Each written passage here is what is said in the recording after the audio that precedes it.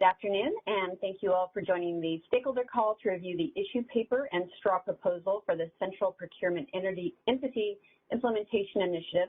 I'm Christina Osborne with ISO's Stakeholder Engagement Team, and I will be facilitating the meeting today. I just have a few housekeeping reminders. This call is being recorded, and the video file will be posted on the initiative webpage. For informational and convenience purposes only, please remember to request permission from the ISO before reprinting any related transcriptions. I've provided a link to the initiative webpage here where you'll find the meeting materials and other related information. The stakeholder meetings are structured to foster open dialogue and share different perspectives. To help manage time more efficiently, please try and be brief and refrain from repeating what has already been said. Professional and respectful participation is appreciated. We are planning to pause for questions throughout the presentations, and I will provide instructions for how to raise your hand at that time. And just a reminder to please state your name and affiliation first. You may also send your question via chat to either myself, Christina Osborne, or to all panelists, and I will read them off to the group. If you need technical assistance during the meeting, please send a chat message to the event producer and she will assist you. Okay, so this is the agenda. So the ISO did invite the Cpuc to present their Central Procurement Entity decision. So we have Natalie Gouchard here from Cpuc Energy Division to discuss that topic. And then Bridget Sparks from ISO's Market Policy and Performance Group. We'll go over the initiative background and then discuss details of the straw proposal. We have James Lynn from ISO's Market Settlement Design Team, who will discuss the RAIM settlement process and proposed enhancements. And then Bridget will review the role of the EIM governing body. And then I'll go over the next steps in the stakeholder process at the end. So there are several other ISO representatives who are listed in the panelist window. I'm not going to read through all their names, but they are available to help respond to questions. So this graphic depicts ISO stakeholder process. We are in the early stages of the policy development phase. So as you can see, we're at issue paper and straw proposal phase. We will go over a more detailed schedule in just a second. In fact, I'll go to that slide. So here is the schedule for this initiative. After the meeting, we are asking stakeholders to submit written comments on the straw proposal and also the meeting discussion. Those will be due December 6th. And then we're planning to publish the final proposal and draft tariff language in December. We'll have stakeholder meetings and comments on the proposal and tariff language due in January. And then we'll put out a final proposal, revised draft tariff language if needed in February, followed by meetings and stakeholder comments. And then the plan is to present our proposal to the CAISO board in mid-March and then implement for RA year 2023 in October 2022. So with that, I am going to turn the meeting over to our first presenter, Natalie Gouchard from the PUC. So Natalie, go ahead. Thanks, Bridget. Hi everyone, my name is Natalie Gouchard. I'm with the Resource Adequacy section of the Cpuc's Energy Division, and I'm joined today by my colleague, Jamie Gannon. I've asked Jamie to step in and provide any additional details where she can, as she has a really long and encyclopedic working knowledge of not only the proceeding, but the resource adequacy program in general. So today we'll be going through the relevant components of the Central Procurement Entity and Hybrid Framework Decision, which was approved in June 2020. So if you can move over to the next slide, please. You can see here from the table of contents, we'll provide some background under the decision and then its requirements and what they mean for IOU LSEs.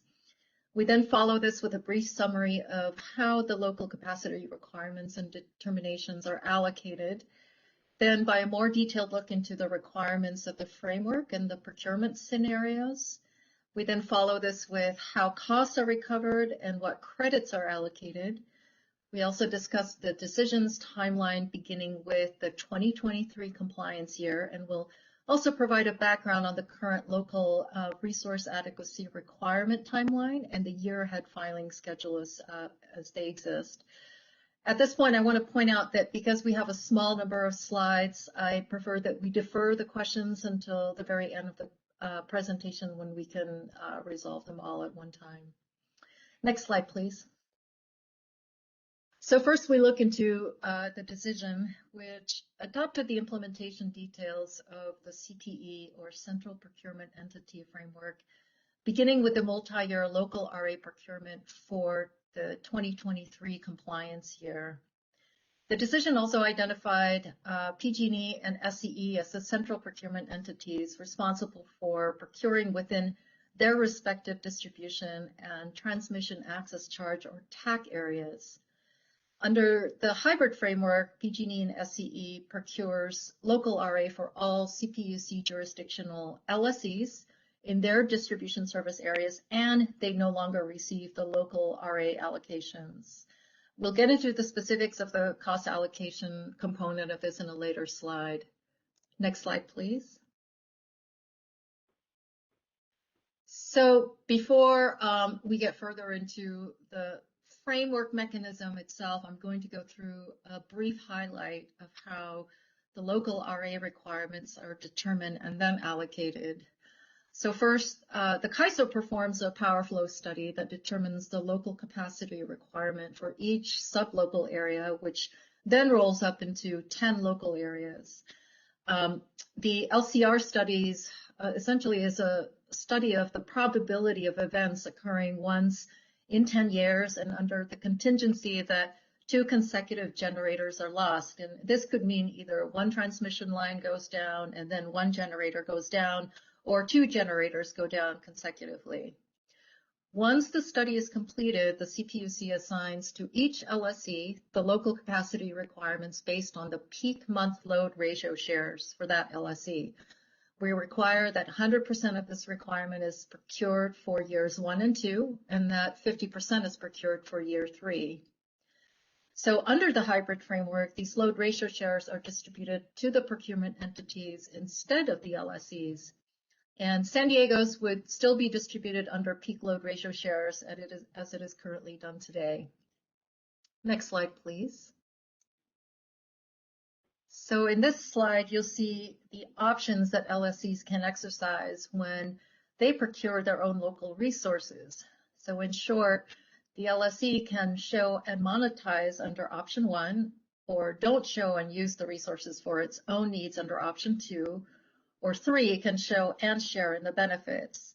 So while the LSE does not receive a 1-for-1 credit here, the showing will reduce the overall amount of local RA procurement costs that ultimately will be shared by all LSEs. And here I want to spend some time on the third option and highlight this option. So if and when the LSE voluntarily shows, there are 2 flavors of this option. So the LSE can either show and receive compensation, or show but do not receive compensation. And specifically, if the LSE intends to voluntarily show and does not intend on bidding into the solicitation that's conducted by the CPE, it must provide the showing in advance of the solicitation. However, if the LSE intends to voluntarily show and bid into the solicitation, it must indicate that the resource will be available to meet local RA, even if it is not procured by the CPE. And I want to just recognize several related items on this. So first, the show option does include an LCR RCM show option. And then the RA attributes remain bundled, and consistent with CAM, LSEs receive credit for the system or flexible capacity during the local RA or backstop procurement based on coincident peak load shares. And we also recognize that this show option and how the local resources get committed as local supply was raised in the scoping of the new RA proceeding. Next slide, please. So this is Jamie again. I just want to clarify. Thanks, Natalie. So I think under option 3, I just want it to be clear that this is the show option. Option 1 is the sell option, and option 2 is the do nothing option. Under option 3, The show option, so there is no allocation of system and flexible allocations to LSEs. The LSE that shows their resource to the CPE would count the resource towards its own system and flexible obligation. So there would be no allocation associated with that obligation or with that option. And I'll also note the CPUC recently issued a new scoping or a new OIR in the resource adequacy proceedings, scoping and CPE issues. Several parties, including the CAISO, as well as Edison and PG&E, both in their CPE role, have filed comments asking for an expedited track to address implementation issues related to the CPE procurement framework, and the Commission is considering those comments that were filed on the OIR, and it plans to be issuing a scoping memo in the near future. Thanks, Jamie. Hey, I think slide 6. Okay, so what are the procurement requirements under this framework? First, the solicitation must use an all-source solicitation process using qualitative and quantitative criteria under the LCBF, or least cost best fit. Second, consistent with resources whose costs can be recovered under CAM, an independent evaluator must oversee the procurement and under the guidance of the CAM review group. And finally, the procurement is granted a pre-approval process through a Tier 2 advice letter process, which PG&E and SCE recently filed for the first cycle of their CPE procurement. There are some additional aspects to the framework that will also tie into CAISO's implementation. CAM and DR resources can be included prior to the planning process, and hence they can be used to reduce the overall local procurement requirements.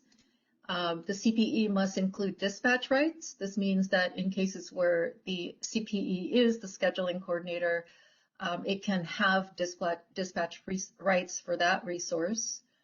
And the CPE can choose to defer their procurement to CAISO's backstop mechanism if it finds that the bid costs are unreasonably high, and there are requirements on what the CPE must do if it actually chooses this option.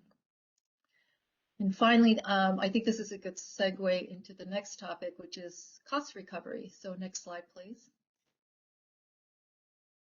All right, hold on 1 second. My computer. No problem. Yeah, hold on 1 second. All right, there you go. Thanks. So I want to take a quick moment to go into the cost recovery process here. Once the CPE procurements are conducted and the costs incurred by the CPE are allocated, they're allocated based on an ex post, based on the load share, and this ensures that all customers pay for their share of local requirement costs. So specifically, the decision allows for procurement and admin costs to be recovered under CAM. And as with other cost recovery processes, the CPEs are directed to establish a balancing account, and administrative costs are filed through their annual ERA forecasts.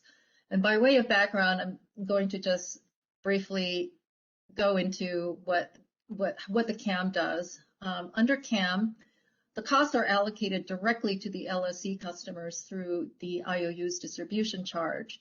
Customers only pay for the net costs of the capacity, which is the net of the total cost of the contract minus the energy revenues associated with the dispatch of the contract. So now we'll get into the timeline of when the framework is to be executed. Next slide, please. So as I mentioned earlier, the decision adopts a procurement timeline beginning with the 2023 RA compliance year. During this time, the CPE is allowed to launch solicitations prior to the final LCR, and this was designed to allow for more time for bid preparation and evaluations. The CPE is also allowed to conduct multiple iterative solicitations per year, and the decision adopted adjustments to the current 3-year local requirements in order to allow for us to transition to the CPE hybrid framework. And I'm going to go through what has already occurred and come to pass thus far. The 50% LSC requirement was eliminated in 2020 for 2023. And then the 100% LSC requirement was executed for 2022. And the CPEs have already begun their solicitations for 2023 and 2024, as I mentioned earlier. Next slide, please. Now we're going to go into the details of the decisions adopted timeline, and there are specific activity buckets that need to occur during these periods, and I'll go through some of them here. So beginning from April to May, LSEs in PG&E and SCE territories are committing to the CPE to self-show their resources. During this time, the CAISO is also publishing its Lcr studies, after which their parties file comments. And then in June, the Commission adopts a multi-year studies, I should say, and the CPE receives their jurisdictional share of the local requirements. In July, the LSEs receive their initial RA allocations. In September, CPEs and LSEs that self-showed their local RA to their respective CPEs are both required to make their showing with the Commission. And then in late September and early October, the CPUC allocates to each LSE the final CAM credits of System and Flex RA. The credits will then be allocated based on their coincident peak load shares and will be used to reduce each LSE's System and Flex RA obligations. Additionally, any RMR local capacity will also be allocated at this time. And by the end of October, all LSEs are required to make showings to the CPUC and CAISO, demonstrating that their requirements have been met. And in the next two final slides, you'll see that we can quickly scroll through them. We've provided them as reference in case you have questions about how the decision timeline works in relation to just the overall RA framework and the existing year ahead process. The next one shows the year ahead compliance process. And with that, we'll take any questions. Okay, let's go ahead and open it up. So if you want to ask your question verbally and you logged into WebEx, you're going to want to select the hand icon above the chat window.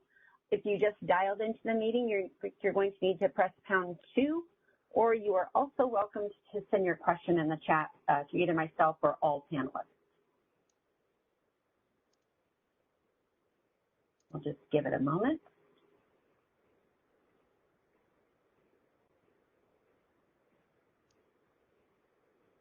Okay, we do have a chat question. Hold on one second. Let me enlarge my window here so I can see it. Okay, so this is from Scott Olson. For PG&E and SCE local RA resources that were assigned CAM treatment prior to CPE procurement, is all local RA credit automatically assigned to the CPE? Are the system RA credits from these resources then assigned to the LSEs? And hopefully you heard that. I can repeat it if you need me to. So this is Jamie. I can take that. So the first question, the answer is yes. I think the decision specifically says that the CAM resources will reduce the overall local requirement.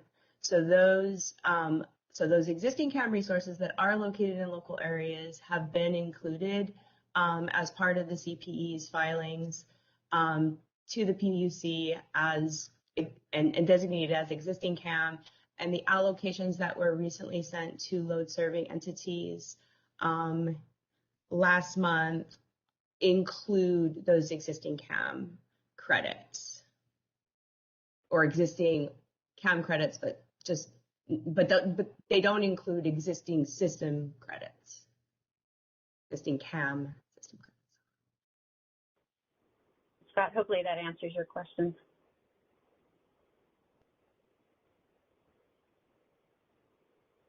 I don't see anybody else in the queue.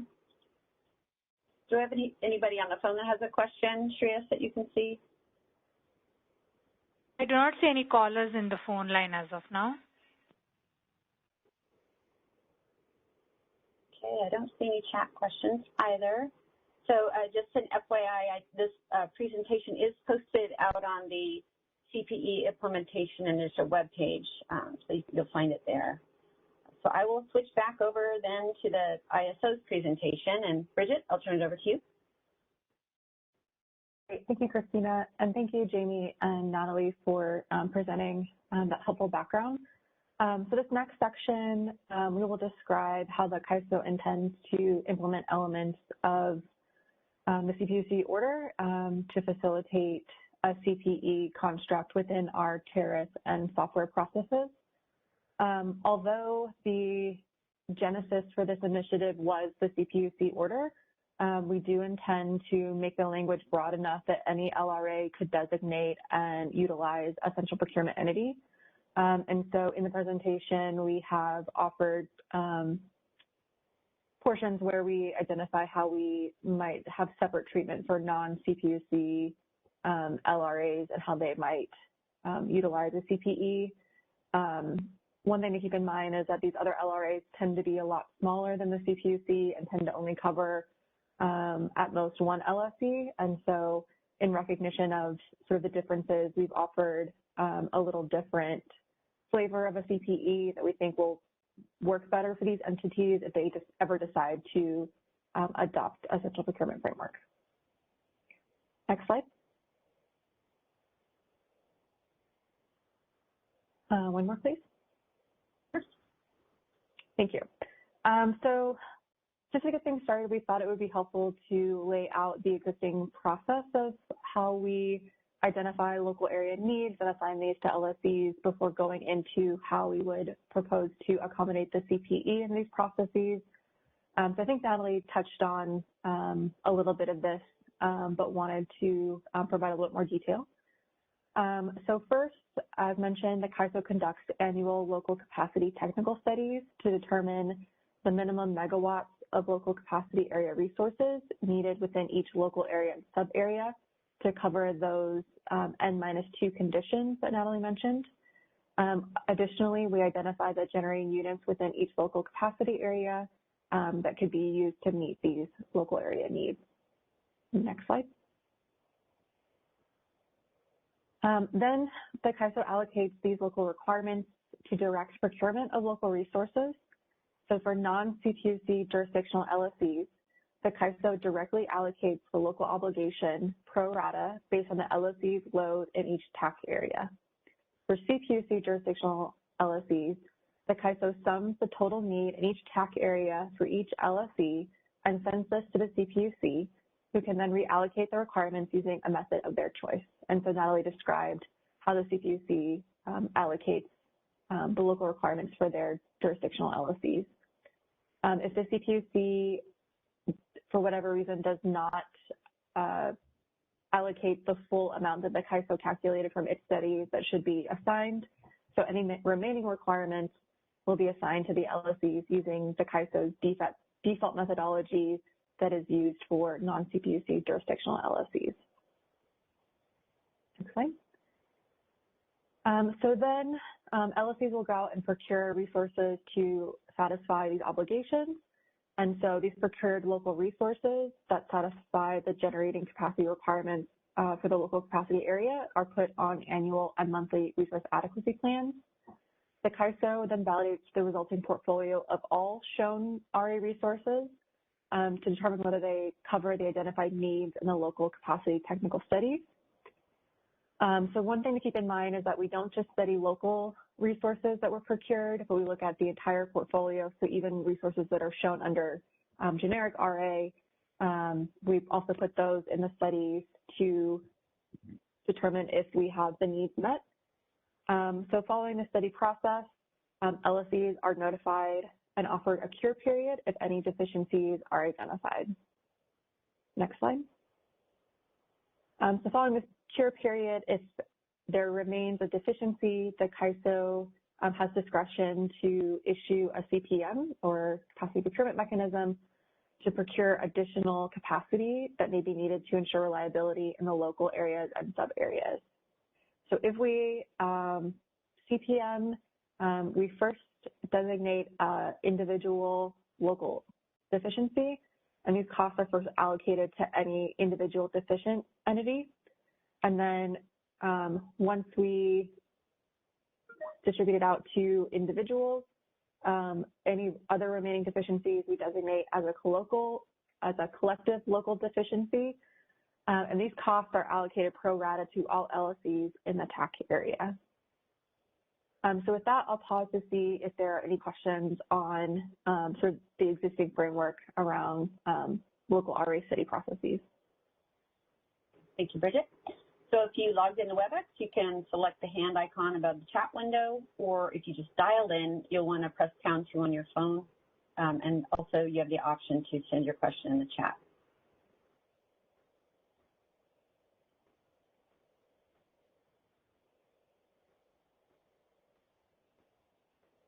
Okay, I don't see any questions.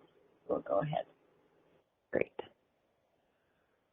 So these next set of slides describe how the CAISO has proposed to recognize a central procurement entity in our tariff and existing processes. So the first thing is that the CPE will be defined as a market participant and will be represented by a scheduling coordinator. The CAISO may execute a pro forma SC agreement with the CPE, and so it's still under discussion whether a new pro forma agreement may be needed to be developed if new scope is added to the CPE SCE. So insofar as the scheduling coordinator for CPE has roles and responsibilities that are not covered in the current pro forma agreement for SCs, we may need to develop additional language. And so it's still under discussion if those changes need to happen and what it will look like. The CAISO may also add a new subsection in tariff section 4 to define the scope of the CPE. And then the CPE will be subject to the scheduling coordinator ID GMC charge. Next slide. So the CPE will be responsible for submitting annual and monthly RA plans to the CAISO following existing RA plan submission timelines. The CPE will be subject to late or missing submission penalties. And although the CPUC ordered multi-year procurement per local RA, the CAISO will maintain its annual showing process. And so the CPE should plan to make annual showings with the CAISO.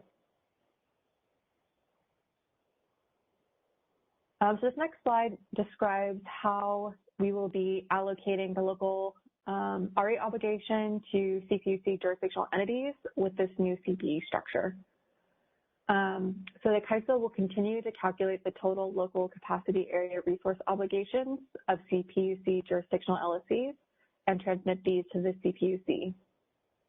The CPUC can continue to allocate these local obligations to their LSEs using its own methodology. And if the CPUC does not allocate the total sum, the CAISO will continue to allocate any remaining obligation to relevant LSEs using the default methodology outlined in tariff section 40.3.2.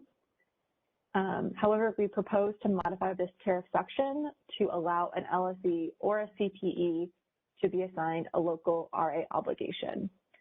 So as you heard from Natalie, under the current order, we expect the CPUC to assign the entire obligation for the SCE TAC area to the SCE CPE and the entire obligation of the PG&E TAC area to the PG&E CPE. Next slide. So this slide describes how this process will work for non-CPUC jurisdictional LSEs. So we will continue to assign a local obligation using the allocation method described in section 40.3.2. However, we propose to add additional opportunities in this process in which the LRA may choose to shift all or part of their LSE's local RA obligation to the CPE. Additionally, the CAISO will allow multiple LRAs to utilize or designate the same CPE. So again, because non-CPUC LRAs tend to be much smaller, we felt it might be useful for them to want to allocate their LSEs local requirements to the same CPE. So for instance, if the munis wanted to get together and form a CPE that was the same, even though they're separate LRAs, this process would allow them to do that aggregation. So with that, I'll pause to see if there's any questions on the recognition of the CPE or the allocation process. To ask a question verbally, you just need to select the hand icon above the chat window if you logged in the WebEx, or you can press #2 on your phone if you just dialed into the meeting.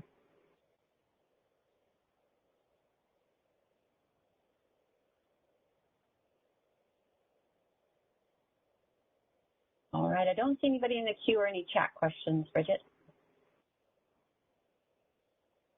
I think I see Jamie maybe raising her hand. Oh, sorry, Jamie. Yeah, hi, thanks for taking my question, Bridget. Jamie Gannon with Energy Division. I am just curious on, could you go back one slide? So it sounds like you're proposing adding an opportunity for the LRA to shift part of kind of their, or the opportunity for an LRA to choose how to kind of shift its total local requirement responsibility to LSEs. So the tariff language that would follow would have some flexibility to assign the local requirements not just to the CPE. Is that correct?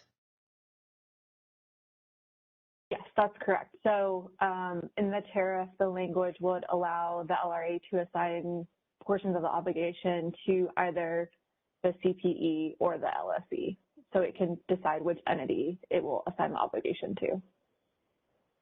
And I guess how would that change? I guess my question is, how does that change from the current language with, you know, the current language that spells out how the, I don't know, how does it modify the current language in terms of, you know, allowing the LRA this flexibility? You're right. So in the current language in section 40.3.2, section A describes the default methodology, which is used for non-CPUC jurisdictional, where the ISO directly assigns the obligation to LSEs. And then I believe it's in another section, we specifically call out the CPUC and how we assign it to the CPUC, and the CPUC allocates it out. So what would change here is that right now for non-CPUC jurisdictional entities, there's no way for them to shift around the obligation across their LSEs. And so under this change would be adding language that says, and we haven't necessarily put a timeline on this, whether it should be an annual process or some flexibility in how often and when in the process they could shift this obligation. But basically language to allow them that, you know, the first step, the CAISO will send the obligation to the LSEs directly. Next step is the LRA could notify the CAISO, we want to shift this obligation to this CPE. And then the CPE could be the same across multiple LRAs if they wanted. So I don't think it really changes the CPUC's process because, again, we allocate to you and then you reallocate as you described. For non-CPUC jurisdictional LRAs, there isn't that process. So this language is really geared more towards the non-CPUC LRAs and giving them the opportunity to shift the obligation to a CPE, since the CAISO is the one that directly assigns the obligation in the first place. Natalie, did you have a question? Clarification. Oh, sorry, Jim. Oh, I was just saying thanks for the clarification, Bridget. Natalie, go ahead. Yes. Hi, Bridget. Since I'm new to this particular language, can you provide some background as to the motivation for this proposal for adding the shifting? So again, it's really just based on the recognition that non-CPUC LRAs are smaller, so they tend to be the munis or some of the federal entities that are own LRA, and so they tend to be much smaller, and they may only represent a single LSE. So the point of a central procurement entity is to aggregate across multiple LSEs. And so for this entity to make sense for other LRAs, you have to allow them to aggregate up to the same CPE to have, again, the ability to have more, central buying power, basically. And so again, under the current process, there's no way for these other LRAs to shift obligations. And so in order to make this new entity work, we thought it would be prudent to give us some opportunity for them to redesignate the obligation to a separate entity and also aggregate up if they want to. Okay, thank you. Right, is anybody in the queue? I do not see any callers in the queue as of now. Okay, I don't see any chat questions. This is David from the ISO. I wanted to add one more thing on this topic in case there was some confusion.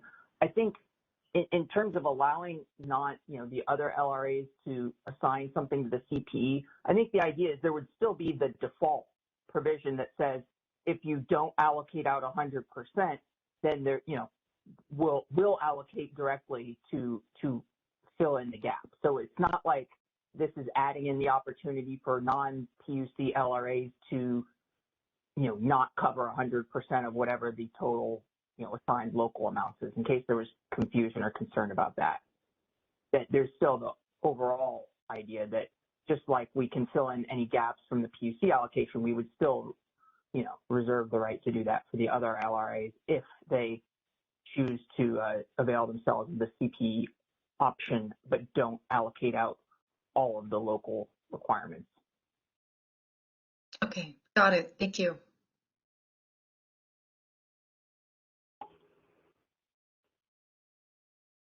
All right, I don't see any questions. Any other comments from the panelists before we move on?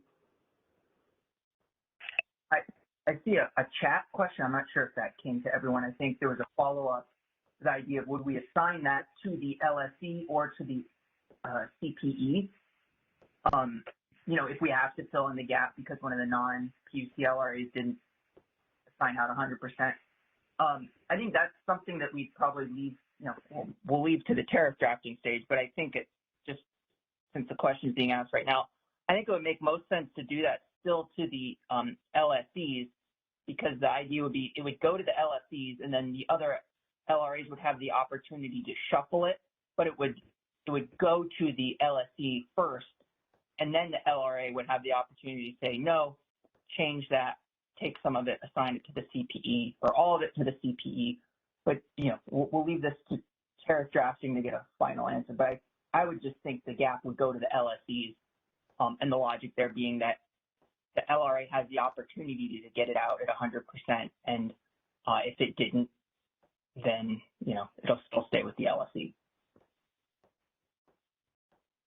All right, Noah, hopefully that answers your question.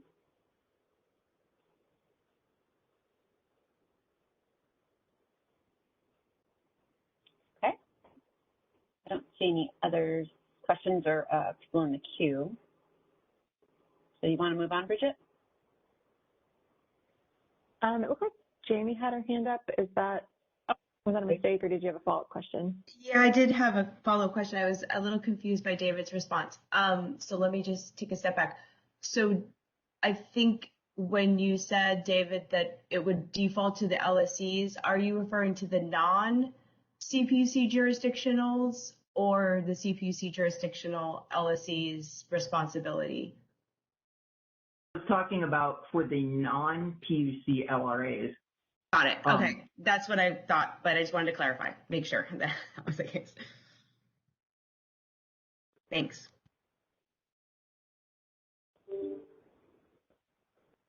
This is Catalin. Just to be clear here, that the current tariff, if the CPUC does not allocate the entire responsibility, the ISO will allocate to the LSEs, the CPUC jurisdictions LSEs, based on their low share ratio. So it will be exactly the same for non-CPUC jurisdictions.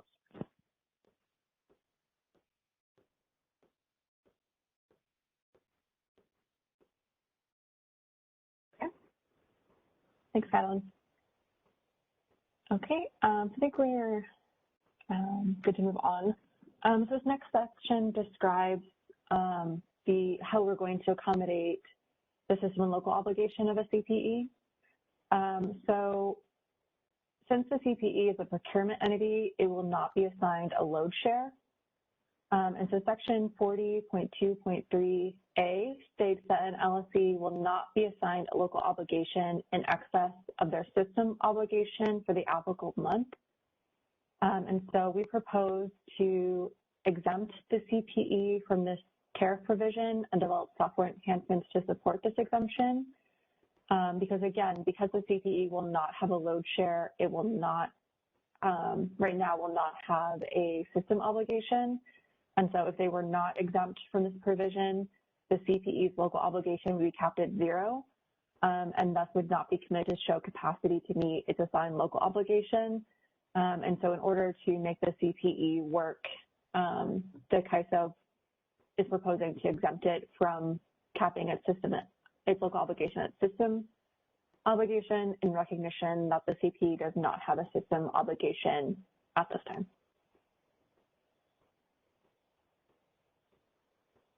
So this next slide covers sort of a related but separate issue. And so through a city ticket, stakeholders made us aware that this current tariff provision that caps the local obligation, the system obligation, isn't quite working for LSEs with load in multiple TAC areas, and that they are assigned a local obligation in each TAC area. And so under the existing tariff provision, these local obligations would be capped at the entire system obligation across multiple TAC areas. And so they've identified that this could lead to higher local CPM cost allocation compared to an LSE with load in a single TAC area. So again, because the capping is happening at their overall system obligation rather than at each individual TAC area, again, this can lead to higher CPM cost allocations compared to an LSE that just had load in a single TAC area. Next slide. So in order to address this issue, the CAISO is proposing to modify this section and develop software enhancements to allow the LSE with load in multiple TAC areas to cap an LSE's local obligation at their applicable demand and reserve margin requirements in each TAC area for the applicable month, which should reduce the CPM cost allocation to be on par with LSEs who have load in a single TAC area. So again, so rather than capping the local obligation at its system obligation multiple TAC areas, it will be sort of 1-for-1. So we'll cap the local obligation at the system obligation for that individual TAC area. And so if you have load in multiple TAC areas, each of those local obligations will be capped at the system obligation within that TAC area rather than aggregating it across the multiple TAC areas.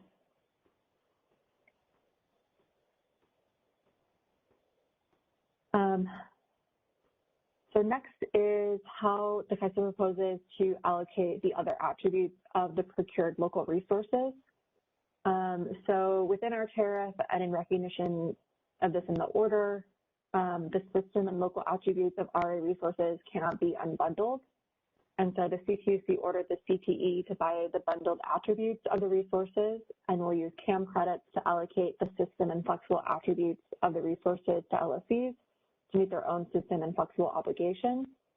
And so in order to facilitate this policy, the CAISO proposes to implement separate fields in the LRA credit templates in SIRA to accept and validate system CPE credits, which are similar to the existing system CAM credits, but will be called something separate so that we can keep track of the two flavors of system CAM credits.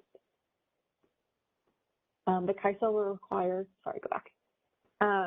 the CAISO will require that all CPE system credits allocated to LSEs must match the exact quantity of local RA resources shown by the CPE or that the LRA expects the CPE to show.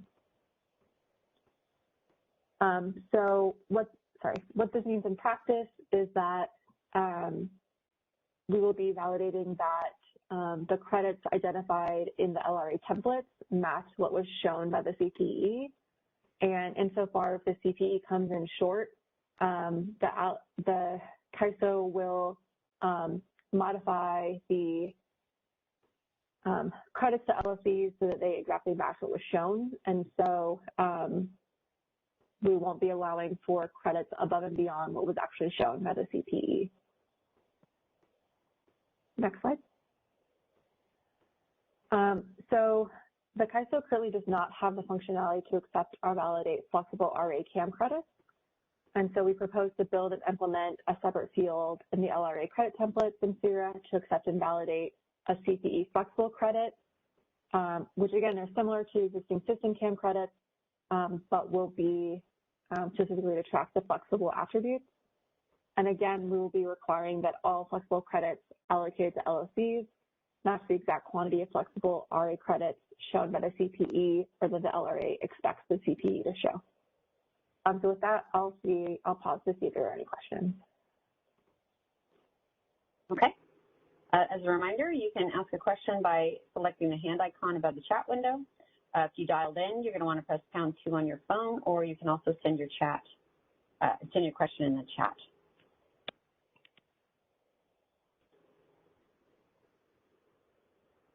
I don't know if any of the other panelists have questions. Well, feel free to speak up.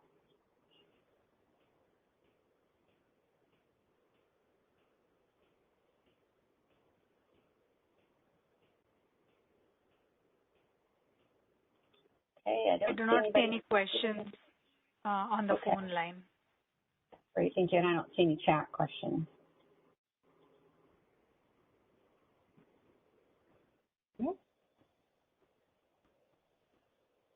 So this next section describes the CPM process and cost allocation. So the CAISO proposes to modify the tariff to apply the existing capacity procurement mechanism, or CPM process, and cost allocation methodology to a CPE as outlined in tariff section 43A. So while the CAISO expects minor changes to this tariff section to recognize a CPE in these existing processes, the CAISO will likely need to update its settlement systems to be able to allocate costs to a CPE in addition to individual LSEs in a TAC area. Next slide. So here we'll briefly describe the existing processes and how the CPE will fit into them. So again, after the annual and monthly showing deadlines, the CAISO will look at the entire portfolio of shown RA resources to validate that the procured portfolio satisfies the capacity and energy requirements identified in the Lcr study. If a deficiency is identified, the CAISO will offer a CPE and its LSEs an opportunity to cure the deficiency per section 40.7 of the tariff. Next slide. And so following this cure period, if any deficiency remains, the CAISO will have discretion to determine if additional capacity is needed to fulfill any remaining identified needs. The CAISO will first designate an individual deficiency in the local capacity area resources and allocate costs proportionally to all deficient LSEs and CPEs. And then any remaining local capacity deficiencies in the year ahead timeframe will be filled through a collective local CPM and allocated pro rata to all LLCs with load in that respective TAC area. And so because the CPE, next slide. So since under the current construct, a CPE is not assigned a load share, it will not be assigned CPM costs associated with a collective local CPM. So it will only receive individual local CPM costs. Right now, it will also not receive system CPM, significant event CPM, or exceptional dispatch CPM, because these other flavors, again, are allocated based on the load share of that entity. And so since the CPE doesn't have a load share, it will not be assigned the cost for any of these other CPMs.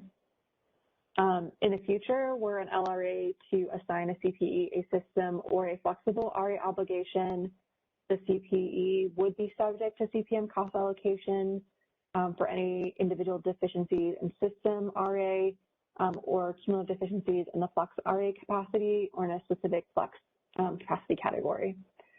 So again, under the current design of the CPE, we don't expect them to be assigned system or flexible obligations. And so again, they will not be assigned any cost allocations associated with CPM in those categories. If that were to change, then the CPE would be subject to those tariff provisions and would have cost allocations under the current methodologies. Next slide. So this slide describes the RA credits that result from the CPM designation. So currently, only LSCs can receive RA credits from applicable CPM procured resources, and LRAs are allowed to determine whether these credits should be allowed to count towards the RA requirements adopted by the LRA. So the CAISO proposes to modify this rule to allow the CPE to receive RA credits from CPM procured resources associated with the LSCs they're representing. The CAISO proposes to allow the LRAs to allocate these credits as they see fit amongst its CPEs and LSCs in the same way that they can allocate RMR credits among the jurisdictional entities today. So again, any credits that are that go with any capacity that's procured through this mechanism, we will then give those to the LRA, and they can allocate, if they wanted, the local attributes of that resource to the CPE and the system and flex to the LRAs, or any combination therein. Next slide. Looks like there's a question in the chat. Bridget, do you want to take it? Okay. Sure, we can take that now. It's from Scott Olson. He said, if the CAISO has to procure local RA resources via CPM and the annual showing, what is the timing for when the resources will be procured and system credits assigned to LSCs relative to the LSC year ahead showing deadline of October 31st?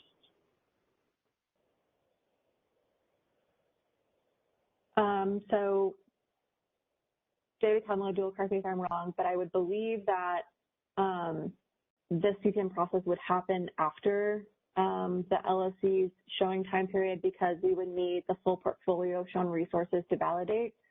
And so this would be happening after the annual showings timeline is closed, and then also during the monthly timeframe. So this would be kind of the current processes that happen today, where LSCs show us their resource T-45, or October 31st is the annual time frame. We study those, offer them a cure period, and then I believe after T-30 is when we can start designating CPM. So Catalin, feel free to provide any other color. Thank you, Bridget.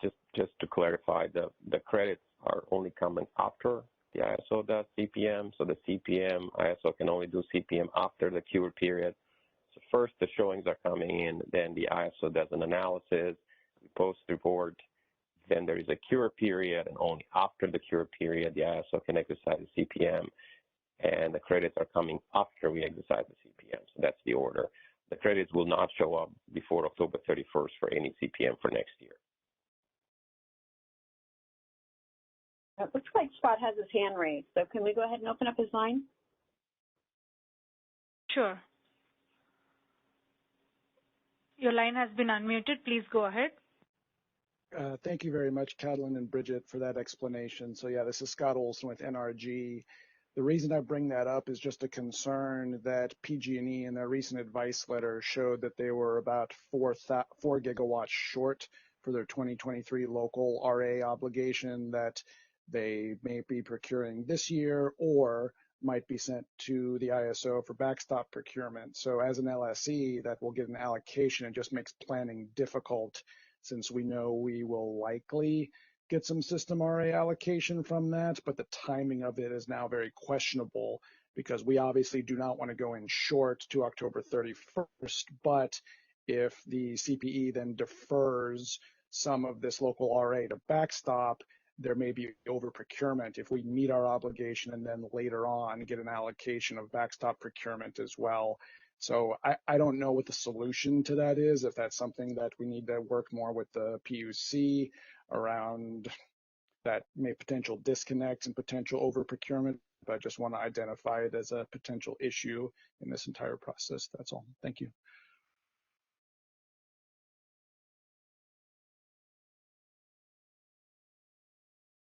Thank you, Scott.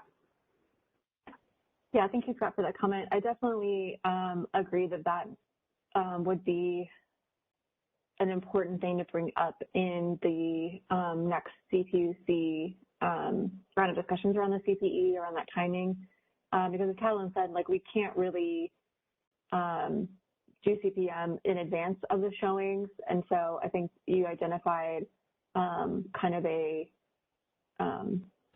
potential risk of the current implementation framework. And so I think the CPUC process will be the right venue to kind of discuss mitigations of that potential, because I don't think, again, the CAISO is kind of limited in what it can do in advance of the annual showing timeframe.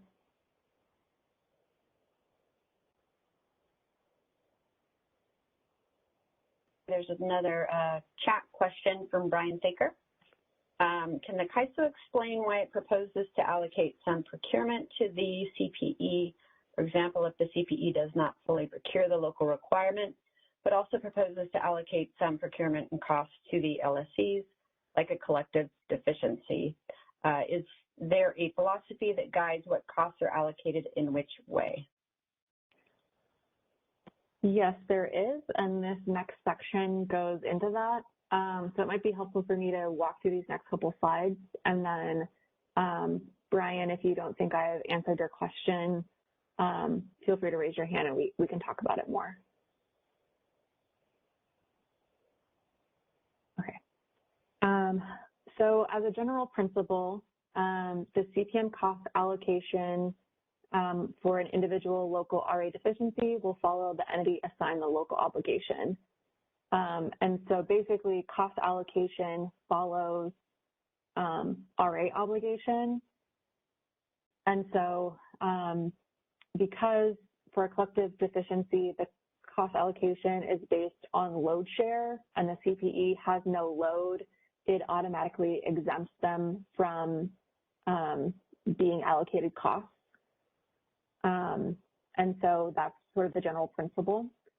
So turning back more to individual local RA deficiencies, again, the cost allocation for individual local RA deficiency will follow the entity assigned the local obligation by the LRA. And so CPM backstop costs will be allocated according to how the LRA apportioned the local capacity obligation. And so under the current order, if the CPUC assigns the entire local obligation to the CPE as specified in Decision 2006-02, then the CPE will carry the entire backstop risk. Next slide. So again, we'll continue to evaluate the entire portfolio of shown RA resources to make a CPM determination. And so we will pick up any voluntary showings made by LSEs who agree with the CPE to self-show resources. However, if the LSE fails to show their resources and or a deficiency is identified, the CPM costs will first be allocated to individual deficient LSEs or the CPE as applicable. And so since the CPE will have the largest local obligation, it will be allocated the proportionate share of CPM costs. And then it will be up to the CPE to decide how it wants to reallocate any CPM costs to its LSEs. So that's how it will work under the existing framework. And so if the CPUC and parties would like to change this, they will need to submit proposals in the CPUC's upcoming proceeding to modify the original CPUC decision that prohibits the CPUC from allocating local obligation to individual LLCs. And so if the CPUC were to modify this decision, that would allow them to reallocate the local obligation to those LLCs that agree to self-show their resources. This would allow the CAISO to allocate CPM costs directly to those LLCs if they fail to show their resources to the CAISO, a deficiency is identified, and the CAISO CPM's additional capacity.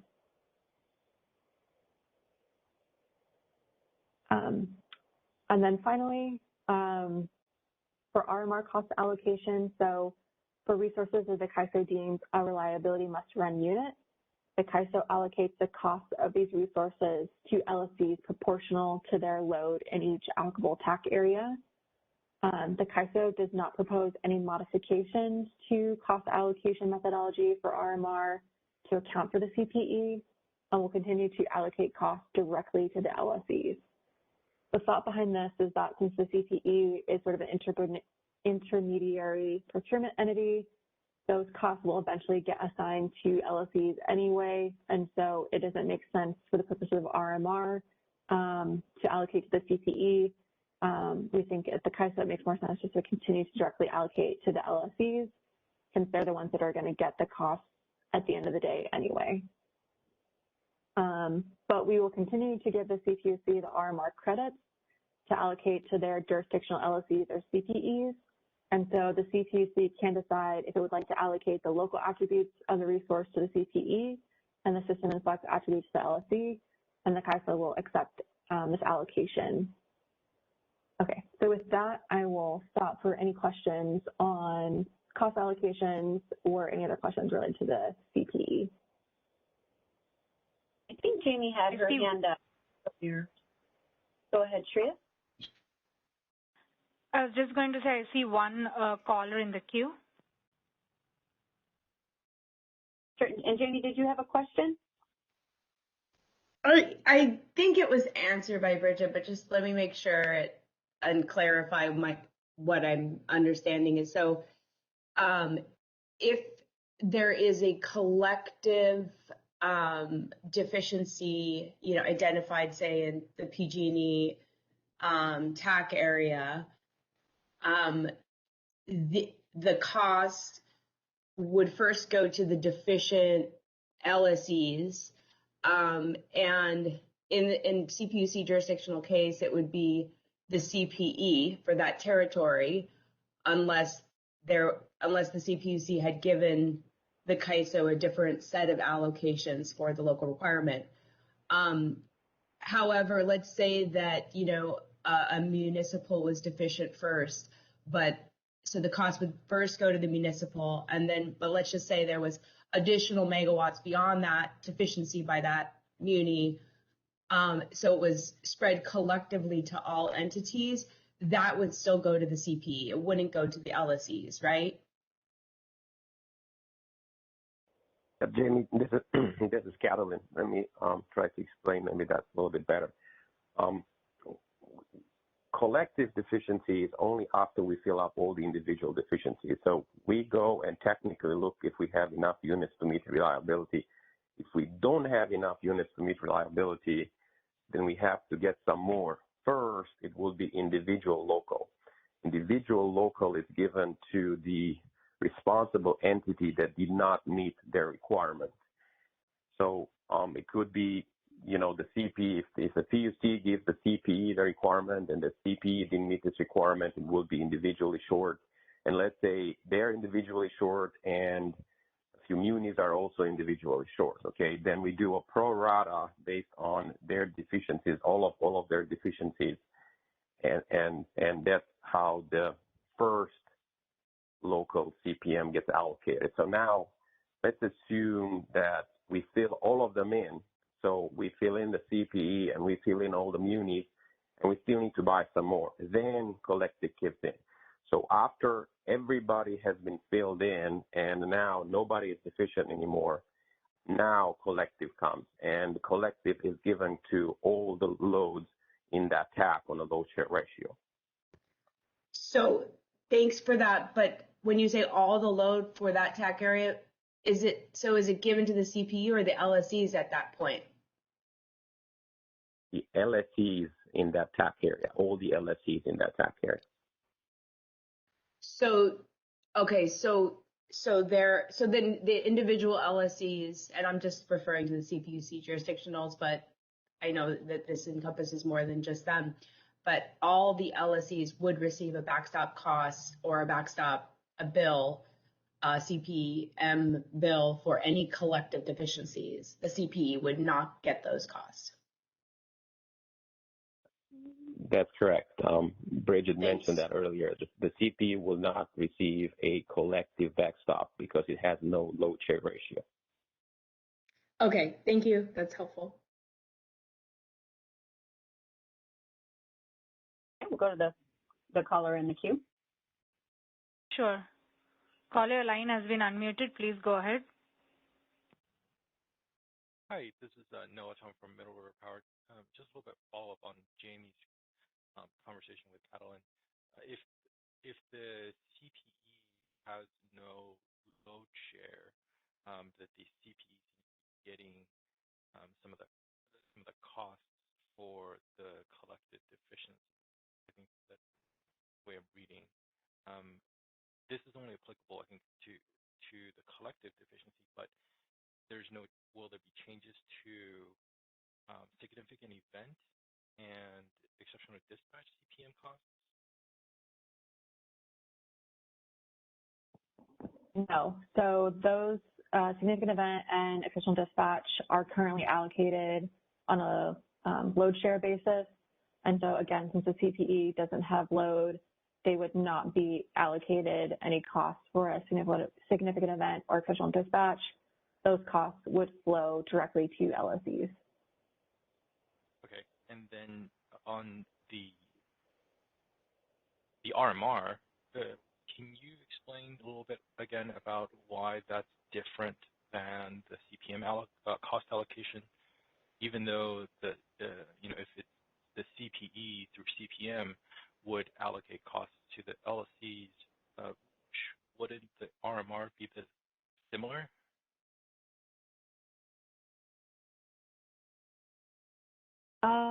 So RMR is like significant event or EDs in that the costs are allocated on a load share basis. And so, and because a lot of the RMRs are designated for sort of local capacity needs, the thought was, since that the CPE really is just sort of a procurement entity representing other LSEs, and the costs will flow to those LSEs at the end of the day anyway. For the CAISO, it makes sense that rather than us assigning RMR to the CPE, who then allocate to LSEs, it makes more sense just to skip that middleman and then continue the current practice of assigning costs on that load share basis directly to the LSEs. The only modification in the RMR process is that the credits associated with those units we give to the CPUC to allocate across LSEs as they see fit. That'll still be the case, but the CPUC will now have the option, if they wanted to allow the local attributes of that RMR to be designated to the CPE, so they can sort of deduct that from their assigned obligation, and then the system and flex assigned to the LSEs. And so the CPE can get a credit for the RMR units, but they won't be assigned any costs. Those will just flow directly to the LSEs, because we feel at the end of the day, they're going to get the cost to me anyway. Oh, okay. Then maybe let me ask you the question a different way.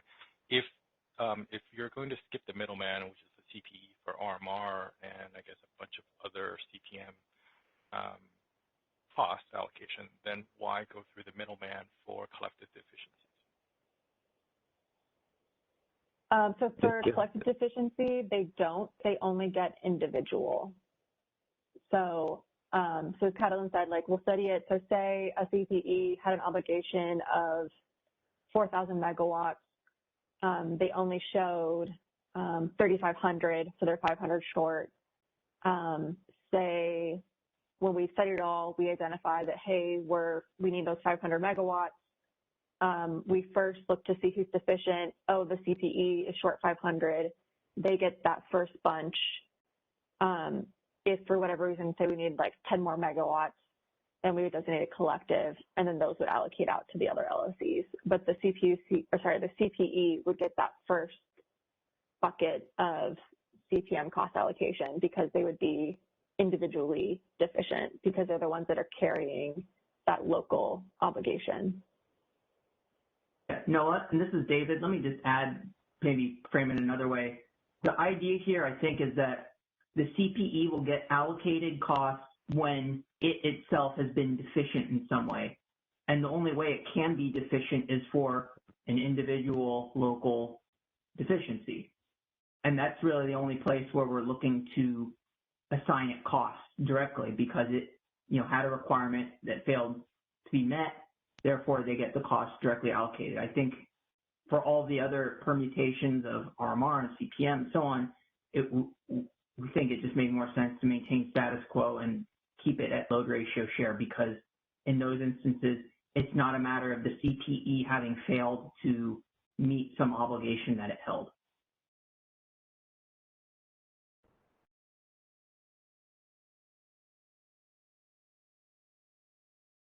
Okay, thanks.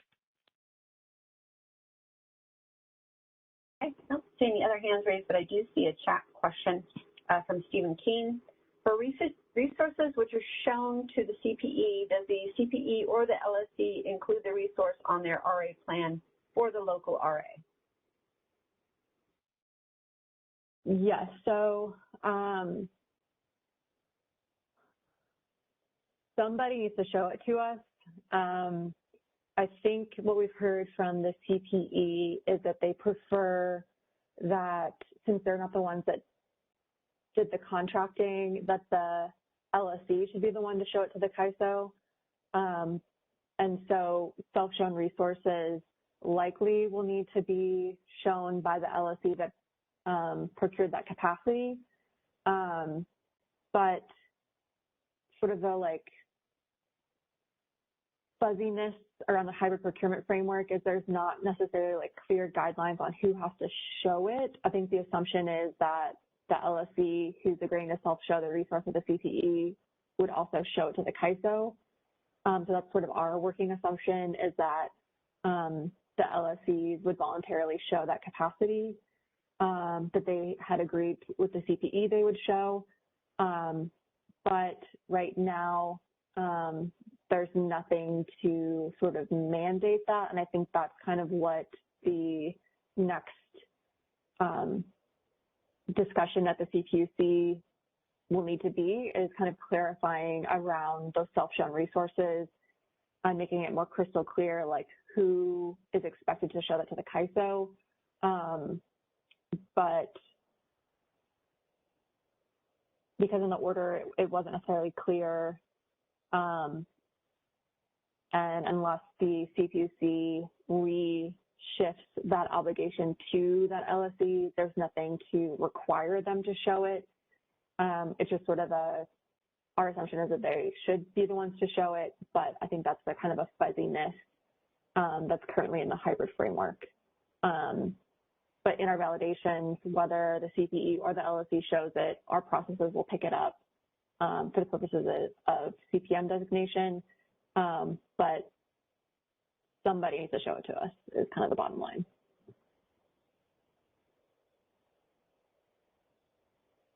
Thanks, Bridget. And then another chat question from Adam Cantor asking if the ISO is considered if the CPUC could provide one instruction regarding allocation of the local obligation and a different instruction regarding allocation of the CPM. This could be helpful when CPM is caused by actions or inactions of a particular LSE as opposed to the collective.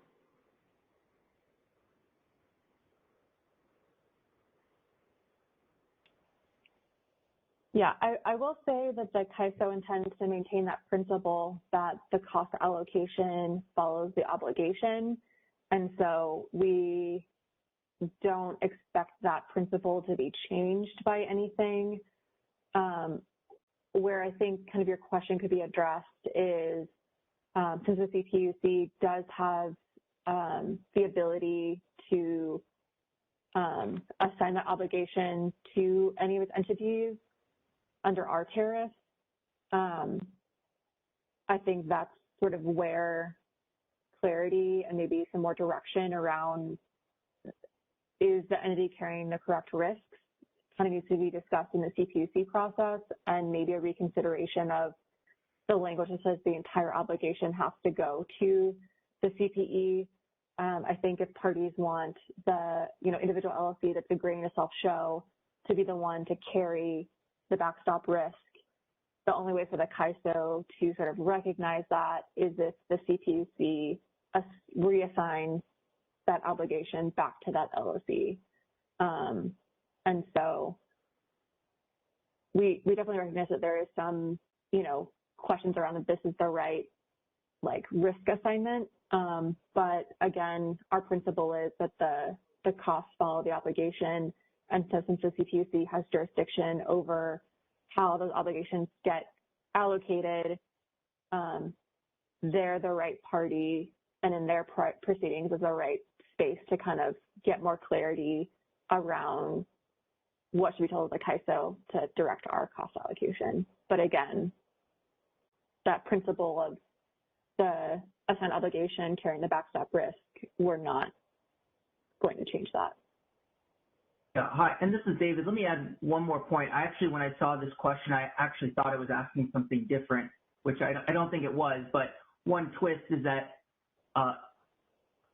whether the PUC does a different allocation of the CPM credit, because I'm sure the question was meant to be the allocation of the CPM costs, which is what Bridget answered, but I was just making sure you weren't asking about allocation of the CPM credit in the case of a year ahead, because I think in that case, it might potentially, you could maybe allocate out, or we would perhaps allow the LRA to allocate out the CPM credits in a way that didn't sort of match all the proportional stuff about the local obligations. So I think maybe there is some freedom there, but yeah, for costs, it would follow the assigned obligations ahead of time.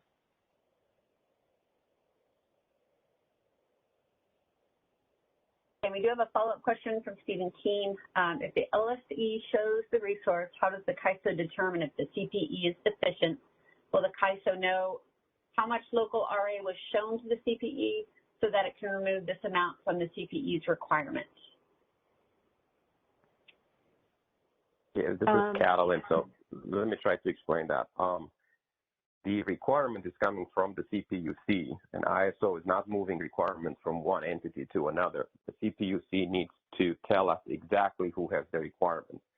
If the LSE has the requirement, then the LSE will be assigned responsibility by the PUC. We look at all the resources procured for any and all reasons that are in our systems, and we put them all together. When we run the studies, we come up, if there is a need, it's because there is a technical need. It's not because somebody was long or somebody was short. First, we go look if there is a technical need by looking at all resources that were shown to us. And then second, we go look who is individually short. And the individual short is calculated versus the requirement given to us by the CPUC. If we fill in all the individual deficient LSEs, then and only then collective gets triggered.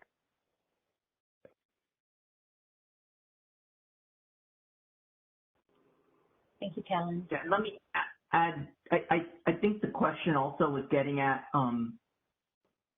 the idea that if, on the other hand, the CPE is deficient because someone self-showed, that's okay if we are, overall meeting the local need. So we can't CPM unless, for the individual deficiencies, we can't CPM unless there is an actual deficiency in the first place. So another LSE says, I'm going to self-show for 100 megawatts, and then the CPE knows that and comes in 100 megawatts short, it's fine, the CPE will be deficient, but we don't have any overall deficiency as to specific requirements. So therefore, there's no basis for pulling the trigger on a individual local deficiency.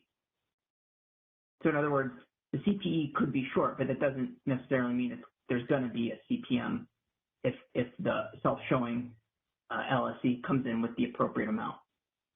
But part of the difficulty is, what if the self-showing LSE doesn't do what it was assumed it was going to do? And that's something Bridget was referencing earlier in this call.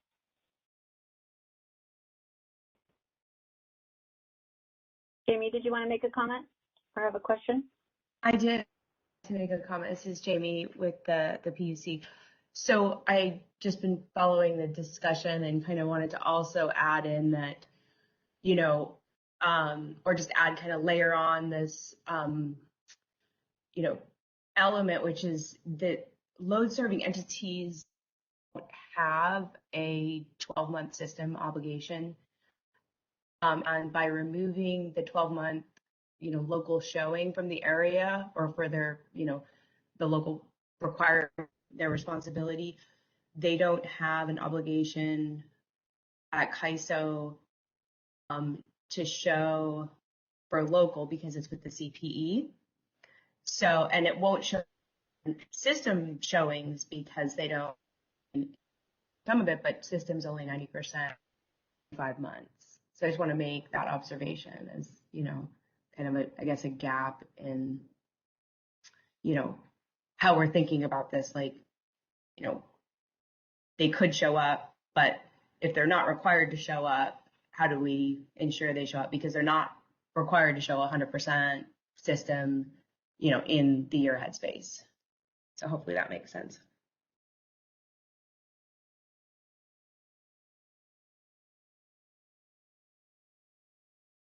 Okay, I don't see anybody else in the queue or any chat questions. I do not see any callers in the phone queue as well. Okay. All right, Bridget, any final comments before we move to the ring? Oh, go ahead. I heard somebody speaking. Yeah, so just wanted to say, this wraps up the CPE portion of today's call, but before we wrap up, we can pause again to see if folks have thought of another question they wanted to ask before we conclude. So we'll hand it over to James to talk about RAIN resettlement. Thank you. Thanks, Bridget. All right, I don't see anybody in the queue. James? There you are. Go ahead. Good afternoon, everybody. This is James Lynn. I'm the Senior Advisor for Market Settlement Design. At this point, we're going to shift away from the CPE discussion and talk about the RAIN resource adequacy availability incentive mechanism enhancements. What we have found over the last couple of years is that there have been some concerns or some areas that we think is a perfect opportunity to introduce some enhancements to this mechanism, and so we're introducing it now. Now, what I'm going to go through is, just to cover or reset our basis, I'm going to go review what is RAIN, what is the settlement process for it. That'll be the first 2 slides. Then we'll go into some of the concerns or issues we've identified, and then, in essence, what our proposal is. Now, RAIN itself, this is a settlement mechanism. It's a mechanism which, in essence, it assigns non-availability charges or availability incentive payments to scheduled coordinators of RA resources, CPM resources, or RMR resources that have either met their obligation into bidding into the market or have not met the obligation up to a certain percentage. This assessment is performed on individual resources based on how often they are bidding into the required or hours that have been identified by the type of flexible product that they've been procured for, or generic product that they've been procured for. This is done at the end of each month. If a resource during this assessment period has been determined to fall below the 94.5% threshold, then they're going to be receiving a RAIM of non-availability charge at the end of the month. However, if the resource has been deemed to exceed the 98.5% threshold, then they are going to receive an incentive payment, but that incentive payment is directly tied to the amount of non-availability charges that we received. If I receive $10,000 in non-availability charge, I'm going to allocate out a minimum of $10,000 of incentives, assuming that I don't have anything else carrying over from previous months. Now, if you fall between that range, you are not going to receive either a penalty or a charge. Next slide. Now, I kind of talked about a little bit is there's a limit or a cap on the amount of availability incentive payments that can be allocated out each month. Now, that cap is first going to be based upon what we've collected, and then that collective amount is going to be capped by the RAIM penalty price, which is a soft offer cap price. If we've collected more charges than that soft offer cap price, then we will only allocate out to that soft offer cap price. If we collected less, then we will allocate out all of those charges. And then because we have a cap, we have this mechanism that carries over costs from one month to the other. So if I have collected $100,000 and my soft offer cap only lets me to allocate out $98,000, then we have this mechanism that will carry the $2,000 over into the next month. And to the subsequent month until we have either allocated all of those costs out, or at the end of the year, we have any excess costs we are going to allocate out to either meter demand, well, that would be particularly for generic RA, or LSE obligation for flex RA. Now, this is a quick overview of how the RAIM penalty works today. Now, based upon this current RAIM paradigm, we have come across some challenges, and you can go to the next slide.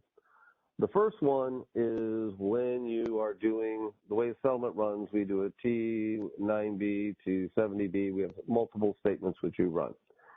When you have this continuous carry over from month to month, when you have a change in one statement to another, you have this potential where the money that you have to collect back because you've allocated out excess costs in subsequent month or at the end of the year is far enough away that the market in essence is not neutral. And so the ISO would have to carry those funds from a different account in order to pay out to that change in statement.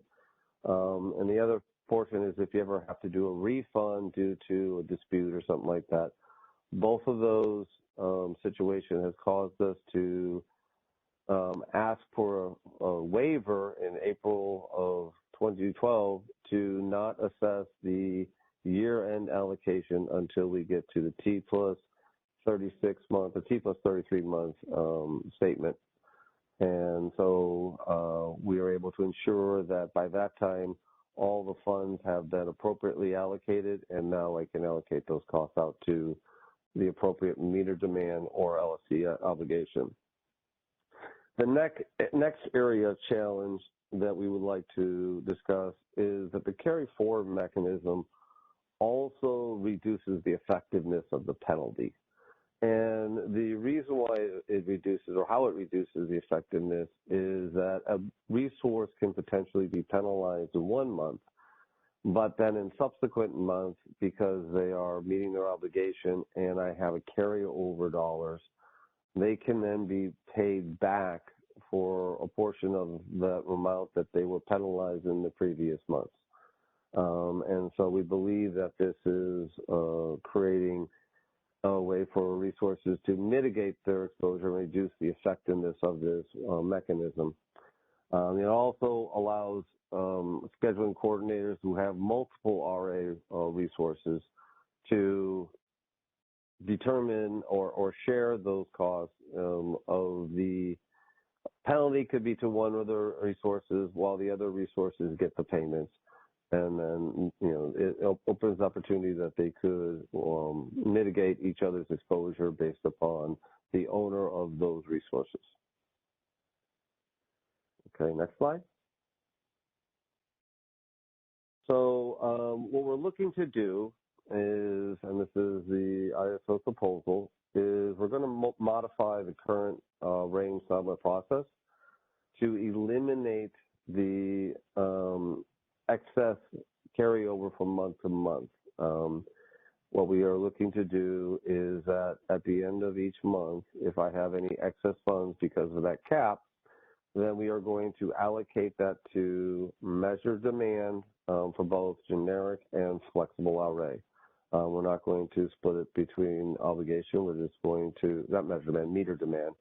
We'll allocate both of those costs to meter demand. It then ensures that the rain penalty is more effective. It ensures that the resources that should be bidding in and have not bid in, that the LSCs who have procured it for those resources will be able to receive any excess payments associated with them. If you can go to the next slide. The last little bit, which is a little bit of a change, is we want to propose not allocating of these costs to SCs or metered loads that have a TOR or ETC, transmission ownership contracts, or existing transmission contracts.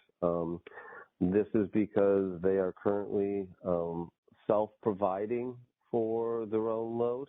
They're not leaning or do not have a requirement to have the market dispatch RA generation to meet their load, and therefore we believe that they should not receive a payment of or incentive payment for these excess funds, and it should go to those LSCs that actually have to rely on the RA resources to meet their load. Next slide. Now, before I go into the benefits, I believe there are, I'd like to see if there's any questions. I do see one caller in the queue. I mean, a couple of callers in the queue. Okay. Thank you. We'll go to the first caller. Sure. Caller line is unmuted. Please go ahead.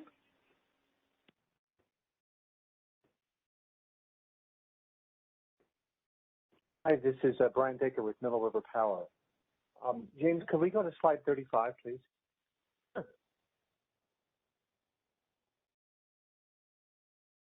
I understand the neutrality implications of carrying over charges, but I want to push back on some of the stuff on this slide.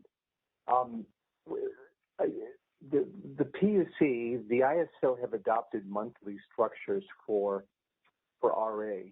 So the idea that it's somehow unseemly for an individual resource to receive a charge, a rain charge in 1 month, and then receive a payment in a different month in that same year, I don't understand that.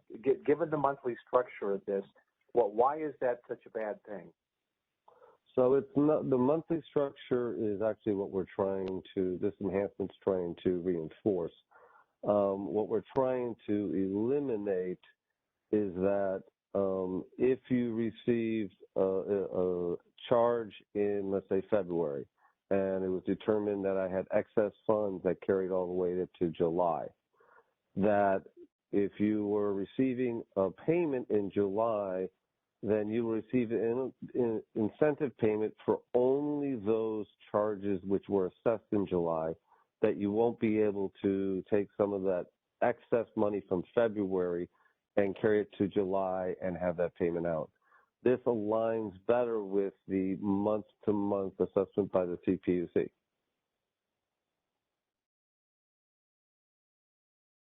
Well, I'm just reading your slide here, and it appears the ISO is taking objection with a resource receiving a credit in one month and a charge in a different month, as if there's something untoward about that. And I understand that you're trying this monthly wall off to make the settlement easier, but I don't understand this apparent idea that a resource that receives a payment in 1 month after having received the charge month, that there's something philosophically improper about that. So I'll try to reword this slide, but that wasn't the intent. The intent was to ensure that we wall off month to month, so that if you, and we'll do it just the same. If I got a charge in February, but then you were over 98.5% in March, I'm not going to preclude you from getting an incentive payment in March. All I am precluding or proposing is to preclude you from receiving excess funds being carried over from February to be allocated to you in March. There's nothing, we're still going to do it on a month-by-month basis. So if you are deemed to have been above 98.5% of that month, then you will receive the allocation of any of the non-availability charges for that month and not be subsidized. I don't know, subsidize is a bad word, not be receive excess funds from prior months.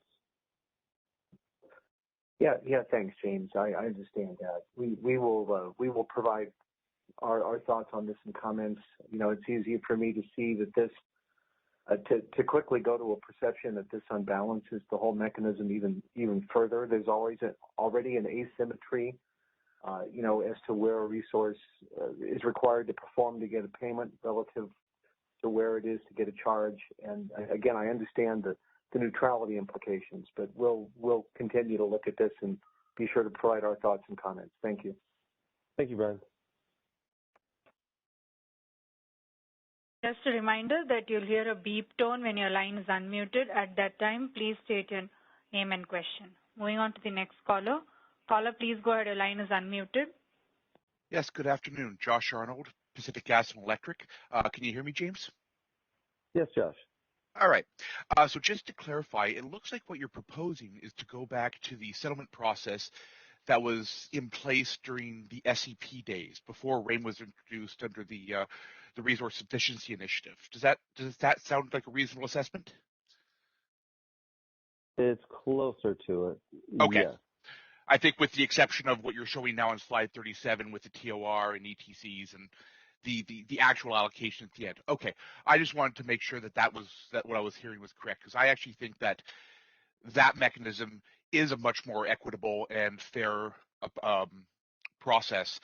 And if you remember our comments from RSI, PG&E really did not like this month-to-month carryover for some of the reasons that you've illuminated here. So thank you for the clarification. Thanks.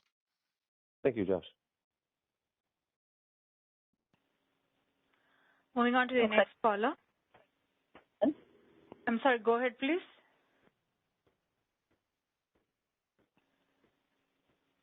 Okay, moving on to the next caller. Caller, your line is unmuted. Please go ahead.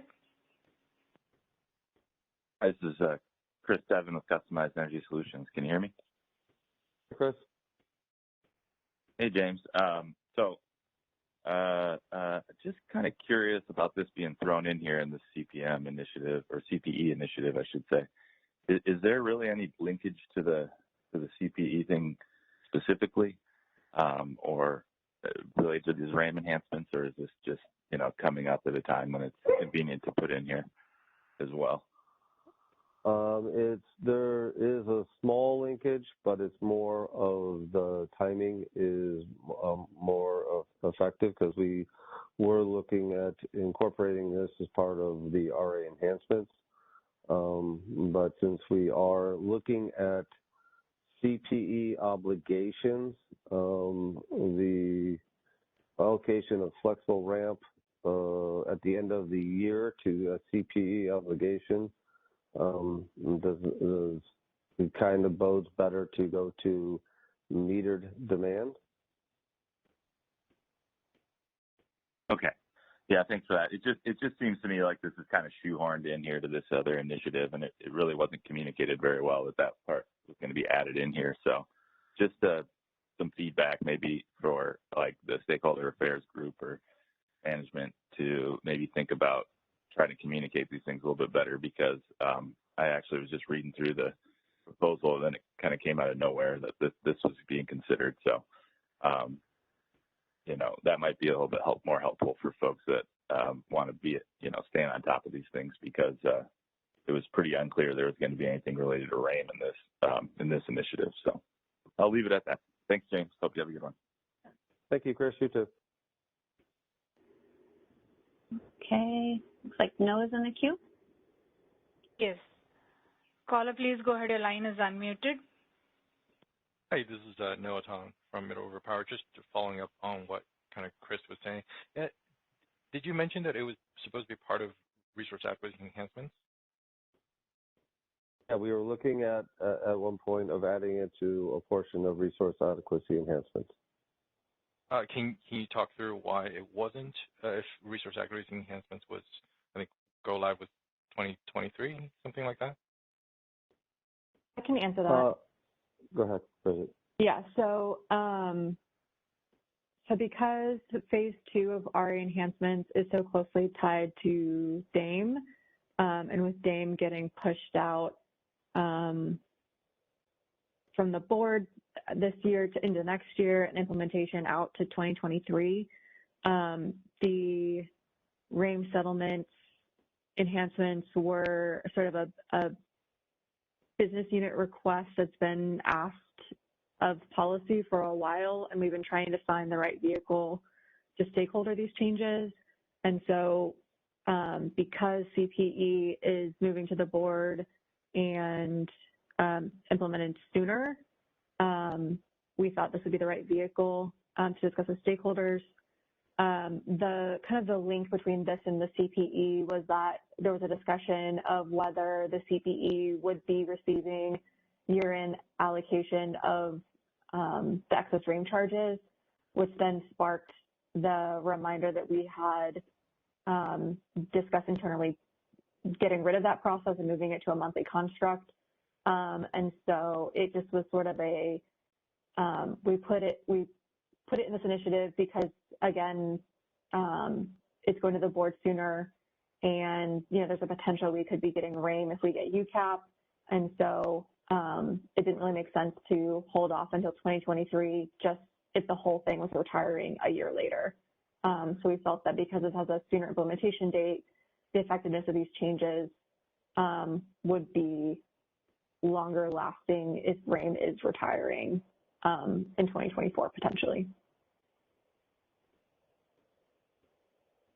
Yes, thanks for that.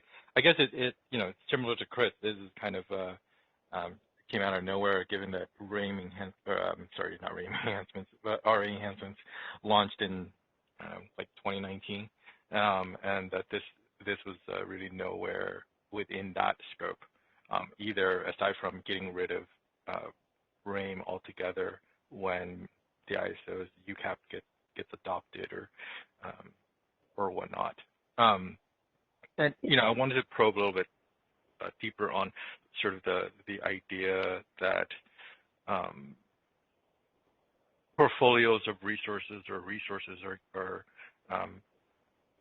somehow taking advantage of this cap and ability to collect RAIM incentive payments in the following month. Does the ISO have any data on this sort of thought?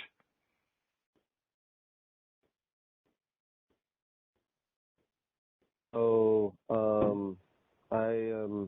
what we have seen data-wise is that, and it isn't necessarily an assessment that anybody is gaming the RAIM. What it is, it's just an observation that we are having situations where a resource has been assessed in in previous months and then subsequently receiving the excess funds from that month. And after reviewing what was the intent of RAIN, it seems like that mechanism itself has reduced the effectiveness of the RAIN mechanism, which is why we're looking at and calling it a concern. So let me ask then. It seems to me that the intent of RAIN is to incentivize generators to perform proper maintenance so that they can be available to the CAISO above 98.5%. What you're telling me is a generator took an outage, a forced outage, received a penalty, and improved the performance of the plant in the following month to then not fall below the threshold to which they got a benefit. That seems to be working for what RAIN was intended to do. I don't understand why you would then correlate somebody sort of taking advantage, taking a loss in 1 month in order to get that benefit in the next month. It seems like, that what you're insinuating is that they intended to take a forced outage just so that they can collect some other RAIN payments. And as I said, it was an observation. I did not make any assessment that there was intent behind it. All we were saying, all I was trying to indicate was that the one is that the RA is obligation changes month to month, and then this enhancements will allow us to align more with that. Plus, it'll make it more effective for overall incentive mechanism is if you are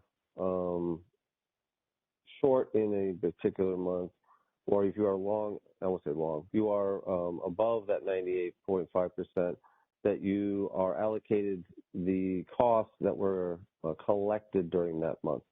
And then the load serving entity that procured that RA would receive any excess funds associated with that.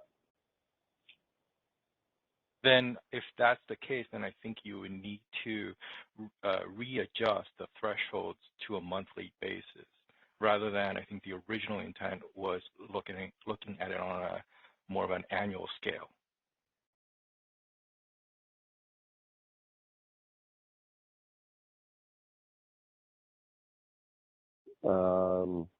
I'll have to take that back and think about what your statement says. When you mean the annual assessment, you're talking for RA obligations? No, I think no. So I think the original intent or design of RAIN was a annual threshold that's applied on a monthly basis, 94.5% and 98%. Right, okay. That's based on an annualized availability at the time, and with a 2% above and under a dead band. Okay. Knowing that people would have the capability, of this carryover.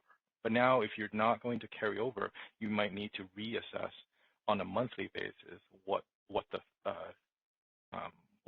I guess average or thresholds would be on a monthly basis. Okay, we will take that back and discuss that. Okay, thanks.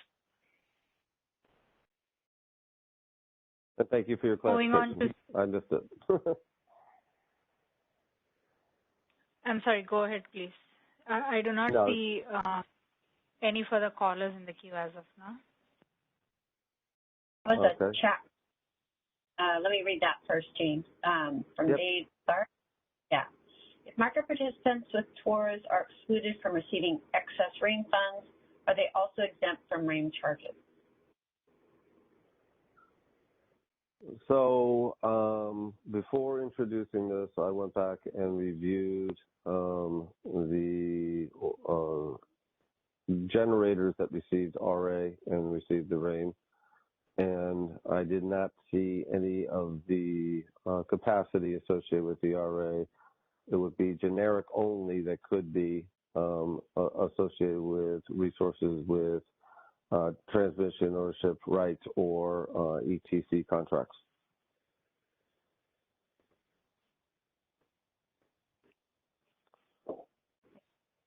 see So any it's other.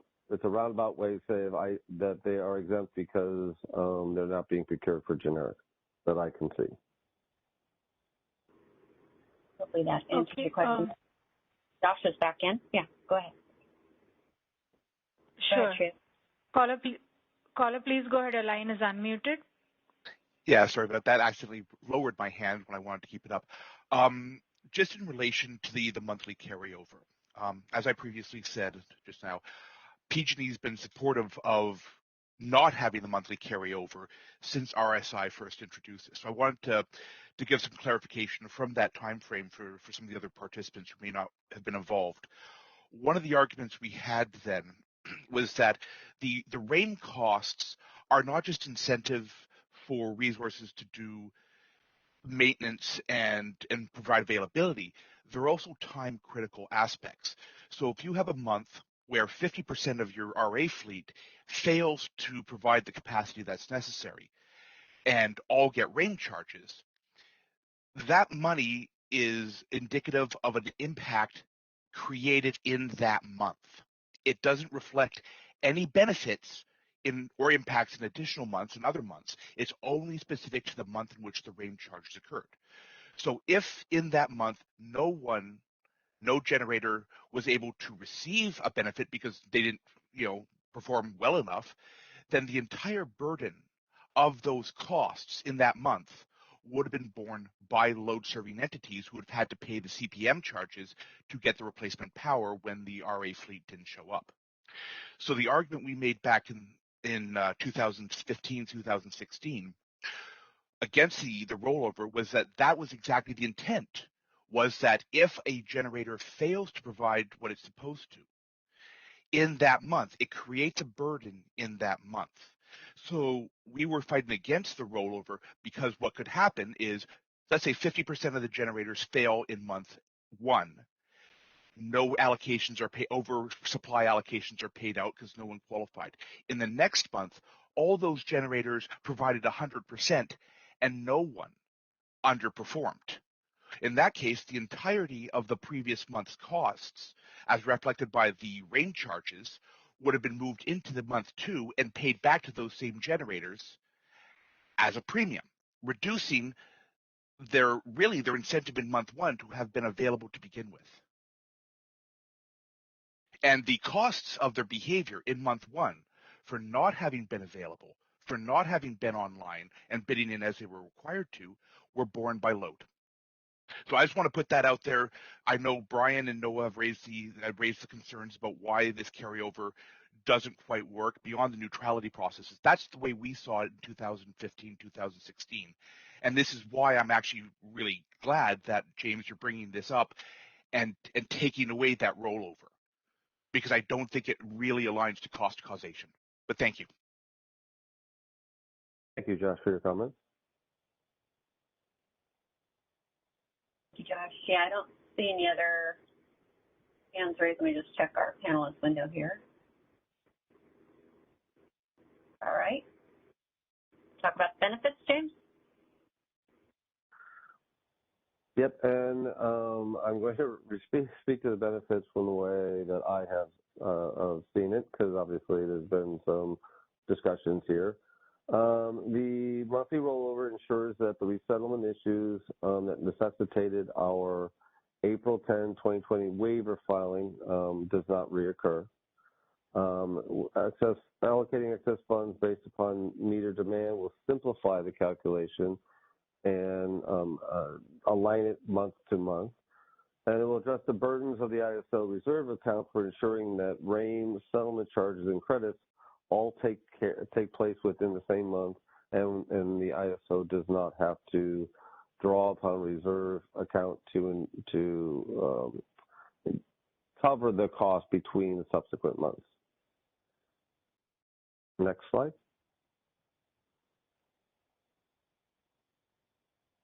I think we're there, right? Slide 39? Yeah, sorry. Allocating the excess funds to meter demand, LLCs will be compensated for the resources that did not perform in accordance to their RA contract obligations. This is what Josh was referencing. And eliminating the monthly rollover rule should increase the effectiveness of the RAIM by ensuring that resources performed in a given month is either paid or charged for that month, and eliminate that cross-subsidization by another month's performance. I'll actually take out this last comment because this is a subjective comment. Next slide. Okay. That was it, James. Okay. Yeah. Any additional questions for me? Yeah, go ahead and open up the questions. Again, select the hand icon above the chat window if you're in WebEx, or press #2 on your phone if you just dialed in. Or you can send it in the chat.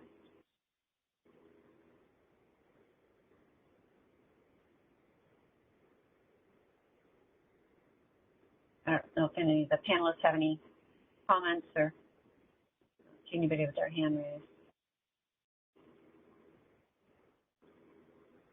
I don't see any. Questions, yeah. So we'll go back to Bridget to talk about the EIM governing body role. I just want to thank everybody for their time. Thanks, James. So we go to the next slide. So after reviewing, the CAISO believes that this initiative falls outside the EIM governing body joint authority role. So none of the tariff rules changes currently contemplated in this initiative would be applicable to EIM entities, balancing authority areas, EIM entities, or other market participants within the EIM entity balancing authority areas in their capacity as participants in the EIM. And the proposed tariff changes would only be applicable to CAISO balancing authority area or to the CAISO controlled grid. And so the scope of this initiative falls outside the scope of joint authority. Next slide. We also think that this initiative scope falls outside the EIM governing body advisory role. And so the EIM governing body may provide advisory input over proposal to change or establish tariff rules that would apply to the real-time market, but are not within the scope of joint authority.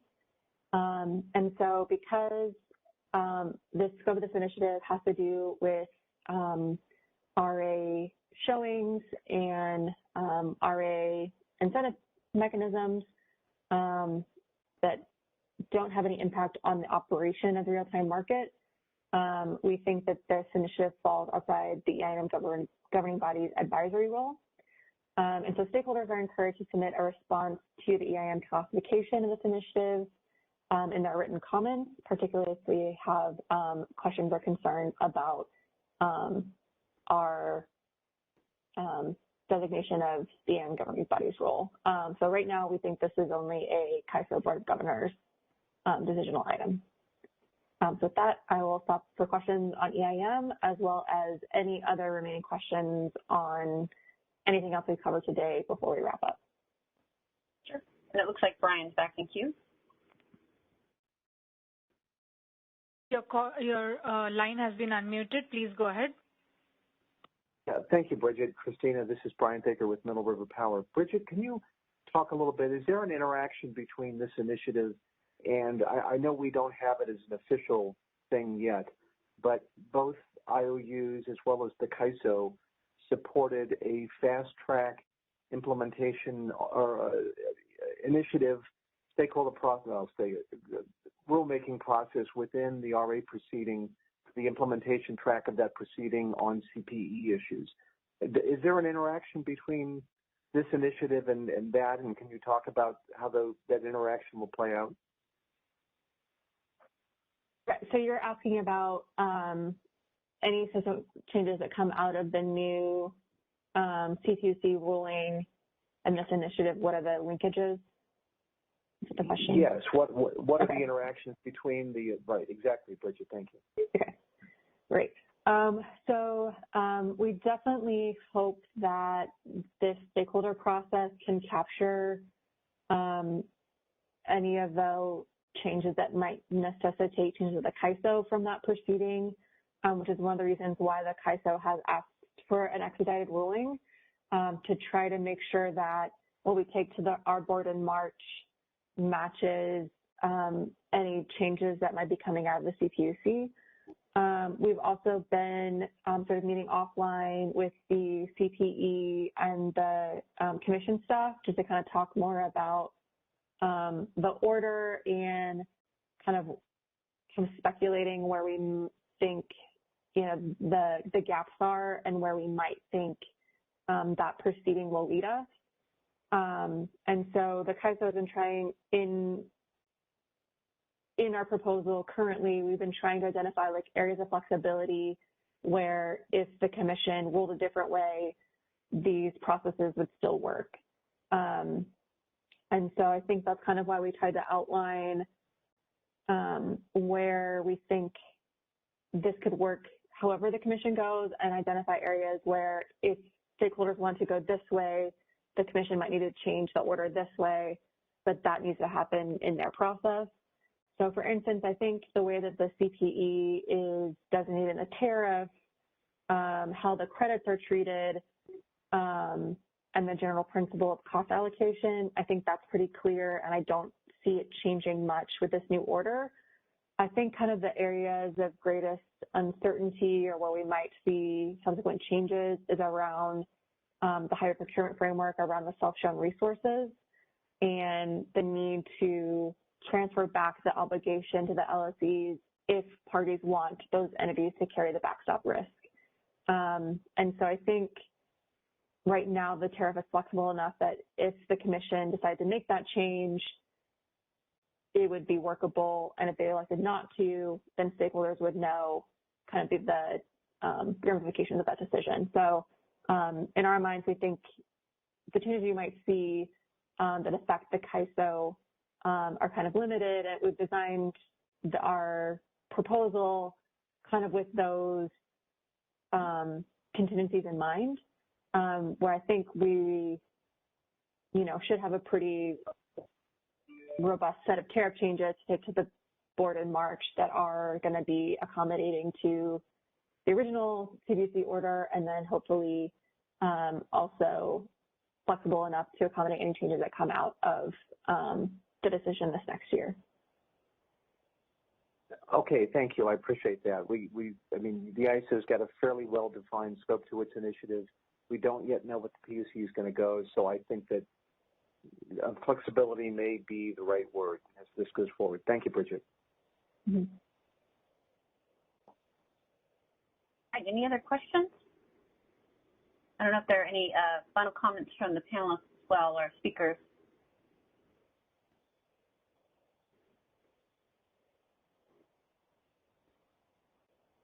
Okay, well, I'll go ahead and review the next steps. If you do have a question, feel free to raise your hand or send it in the chat. So we are asking for comments on the issue paper and straw proposal and the discussion today. So please submit those using the comments template out on the initiative webpage. It's actually not out there yet, but it will be soon. And those will be due December 6th. And again, the presentations that were reviewed today by both the PUC and ISO are on the initiative webpage as well. Once we receive the recording from the vendor, we will post it out on the site as shortly after.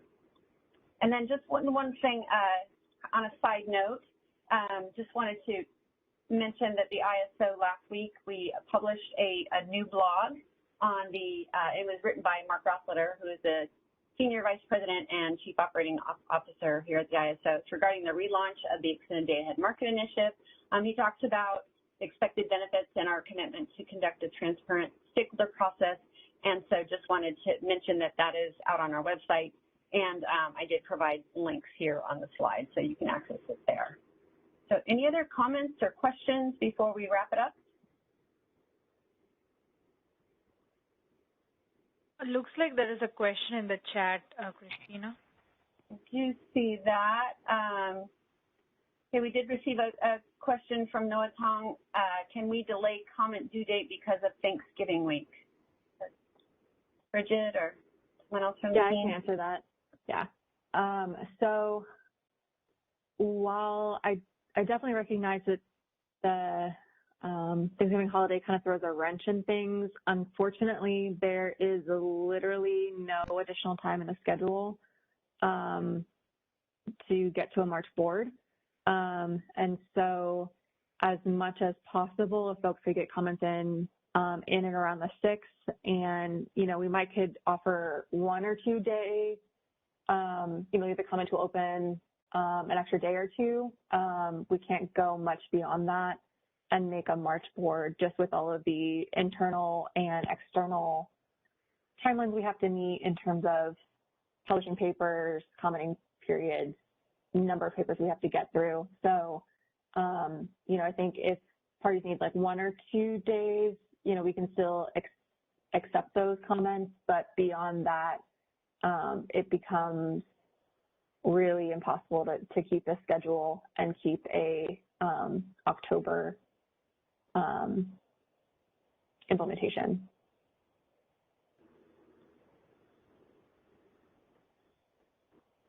Okay, that's the only question I see. I don't see anybody in the queue.